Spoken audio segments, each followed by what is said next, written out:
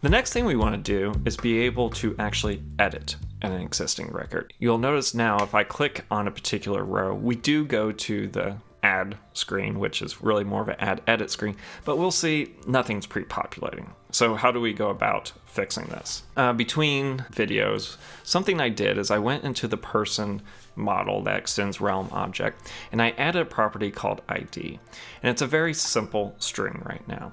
And in fact, it's going to be a GUID, or a universal ID, that we convert to a string. Right now, Realm does not support GUIDs. And in case you don't know, GUID is actually a data type, like so. So we're just going to use a simple string for now. And I also have added a event listener for when an item is tapped on our list view. We get the selected person, and then we push a new person page.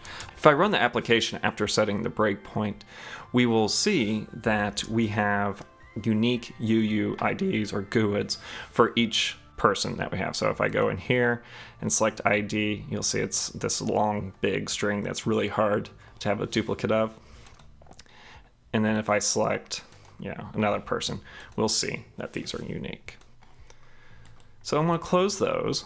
I'm going to take a look at our services, and we'll specifically take a look at our IDB service. One of the things we will probably want to do is update our class interface to have a method called getPersonById. And we'll just do a string like this.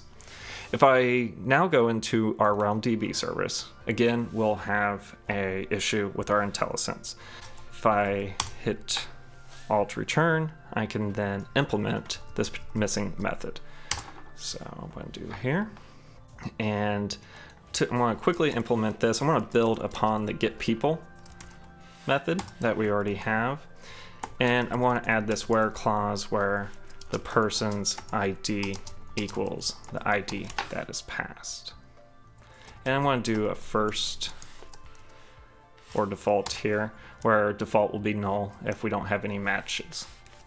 Next step is let's go back to our people page code behind, and we'll need to pass something to the person page to allow it to know that, hey, here's the particular ID that you should look up. So in this case, I'm going to pass the ID of our person, and then I'm going to go into our person page code behind, and I'm going to add a new constructor. And this constructor is going to take ID as a parameter. Now it's also very important that we include our initialize component. And I'm going to create a local reference. ID is a reserved word, so I'm going to say person ID. And I want to create this field. I'm going to make it protected. And then I'm going to get rid of this. So now the next thing we need to do is go into our add edit person view model and set up a way for our view to pass the ID to it so it can initialize itself. So I'm going to set up public void init, and I'm going to pass our ID. So I'm going to create our init method with the ID. I'm going to get a reference to our model.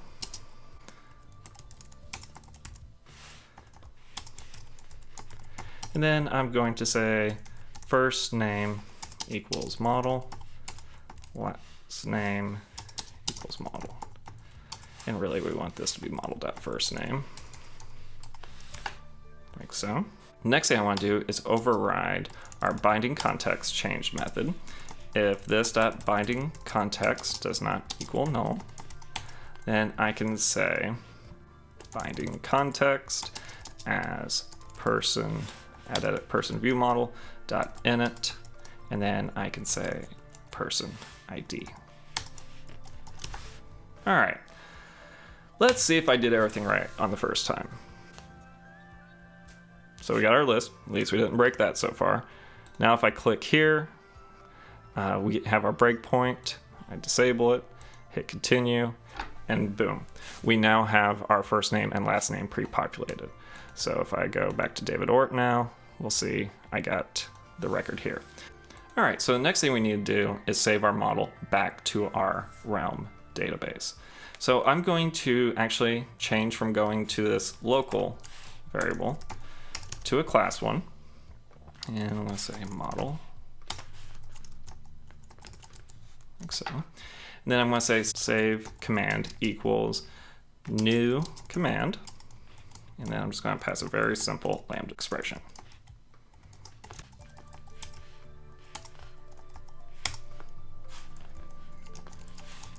Say protected void. And then we're going to say DB service save person model .id first name last name. And you'll also notice I have since updated the save person method of DB service to also accept an ID. So now I'm going to put a breakpoint here. I'm going to run our application. When I hit Benjamin, I'll see my name. I'm going to change it to Ben because I'm not overly stuffy. And I'm going to hit create. Make sure our do save command gets invoked. Move past the breakpoint. And now when I go back, we'll see my change has updated, like so. So this is how we can update a realm object using Realm Xamarin.